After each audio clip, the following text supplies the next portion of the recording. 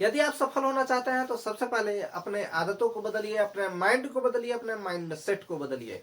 क्योंकि George Bernard Shaw ने कहा था कि जिसने अपने दिमाग को नहीं बदल पाया वह दुनिया में कुछ नहीं बदल पाया। यानी कि इस दुनिया का सबसे मुश्किल कामों में से एक काम है अपने आप को बदलना। आज का टॉपिक है इल्तुतमिश। इल्तुतमिश जो था इलबरी जनजाति से संबंधित था। यह पूछा हुआ प्रश्न है, इलबरी जनजाति से संबंधित कौन सा शासक था? तो इल्तुतमिश। इल्तुतमिश को दासों का दास भी कहा जाता है।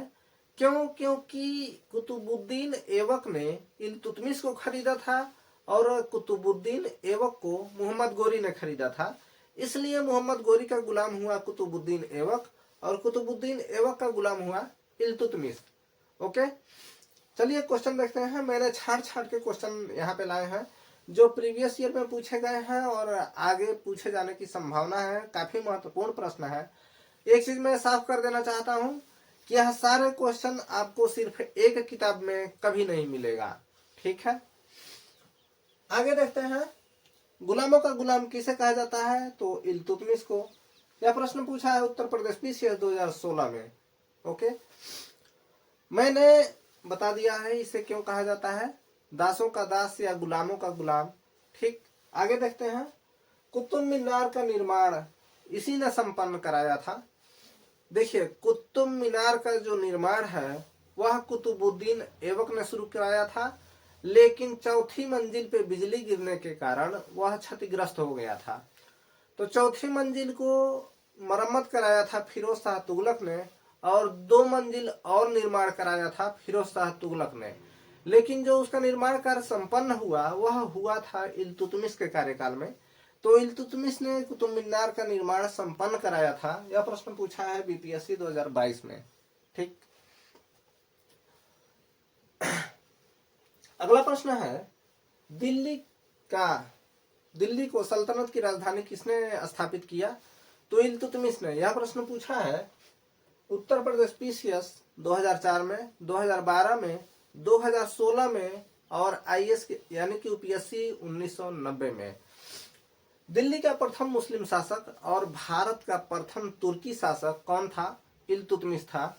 यह प्रश्न पूछा है उत्तर प्रदेश पीसीएस 2002 में और यह प्रश्न तुर्की वाला पूछा है उत्तर प्रदेश पीसीएस 1985 में।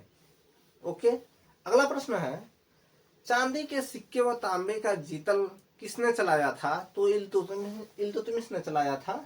यह प्रश्न पूछा है उत्तर प्रदेश पीसीएस 2014 में।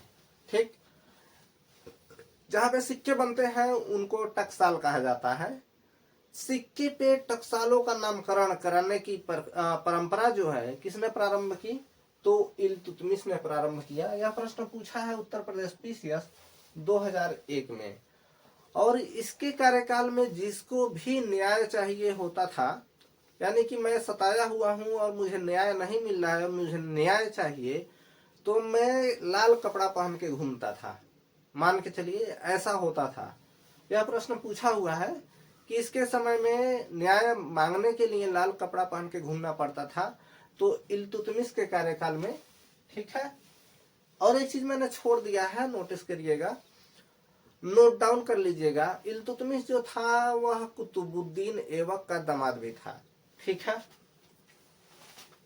लिख लेते हैं।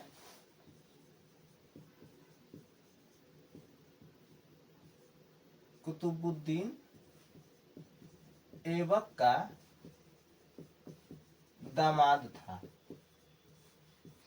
इसके प्रतिभा को देख करके उस कुतुबुद्दीन ऐबक ने इल्तुतमिश को अपना दामाद बना लिया था। और इल्तुतमिश का प्रसिद्ध वजीर निजामुद्दीन जुनैदी था। यह प्रश्न पूछा है उत्तर प्रदेश पीसीएस 2001 में और 2007 में। इल्तुतमिश का जो प्रसिद्ध वजीर था उसका क्या नाम था? तो निजामुद्दीन जुनैदी। ठीक, अगला है,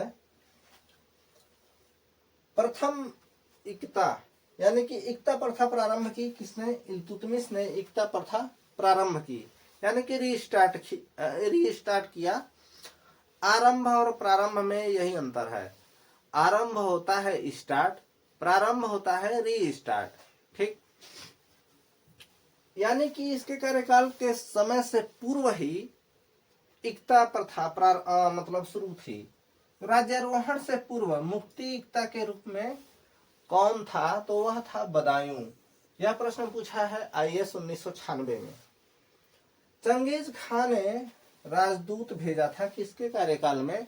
तो इल्तुतमिश के कार्यकाल में भेजा था। यह प्रश्न पूछा है आईएएस 2008 में और छत्तीसगढ़ पीसीएस 2013 में। ठीक।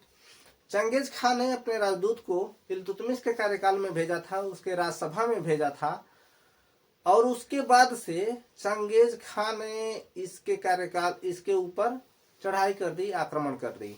यह प्रश्न भी पूछा है। और यह भी पूछा था चंगेज खान का वास्तविक नाम क्या था? तो चिमोचिन था। चंगेज खान का वास्तविक नाम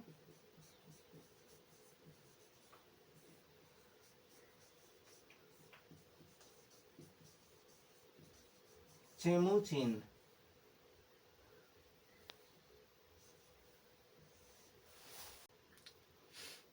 इल्तुतमिश से संबंधित सिलेक्टिव प्रश्न यहाँ पे समाप्त होते हैं।